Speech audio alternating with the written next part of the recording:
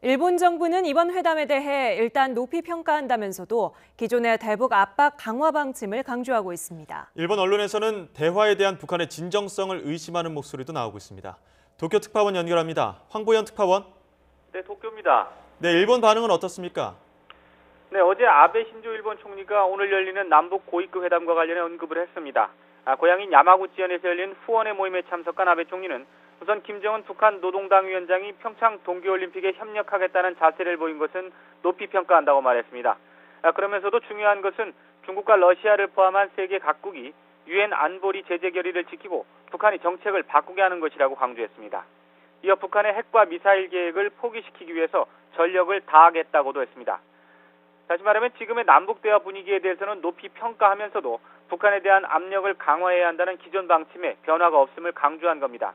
아베 총리는 그 이전에도 비슷한 입장을 누차 밝혀왔습니다.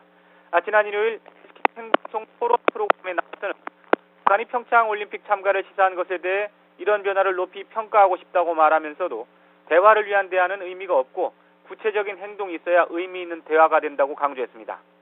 남북 당국이 1년 10개월 만에 판문점 남북 연락 채널을 가동하고 남북 대화 성사를 위해 막바지 노력에 나섰던 지난 4일에도 북한에 대한 압력을 최대한 높여 정책을 바꾸게 해야 한다고 언급하기도 했습니다.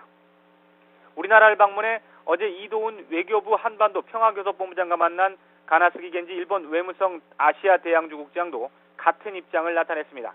가나스기 국장은 올림픽의 성공은 중요하며 남북 대화 움직임을 높이 평가하고 있다면서도 앞으로 북한이 어떤 움직임을 할지 계속 지켜보겠다고 말했습니다. 일본 언론은 관련 내용을 주요 뉴스로 보도하고 있습니다. 아사히 신문은 이번 회담에서 북한의 핵 미사일 문제나 한미 연합훈련 등은 거론되지 않을 방침이라고 관련 소식통을 인용해 보도했습니다.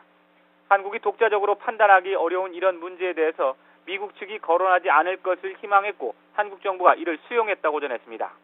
도쿄신문은 우리 국내에서 남북 관계 개선에 대한 기대가 높지만 일부에서는 한미동맹의 균열을 일으키려는 북한의 노림수와 핵과 미사일 개발을 위한 시간 벌기라는 경계의 목소리도 나오고 있다고 전했습니다. 니혼게이자이 신문은 남북 대화로 인해 대북 압력에 긴밀한 협력을 해왔던 한미일 3국 간의 동맹이 흔들리고 있다면서 일본 정부는 이를 경계하고 있다고 보도했습니다. 그러면서 아베 총리가 가나스기 국장을 한국에 보낸 것은 회담에서 한국이 북한에 너무 많은 양보를 하지 못하도록 이른바 쐐기를 받기 위한 것이라고 보도했습니다. 지금까지 도쿄에서 YTN 황보현입니다.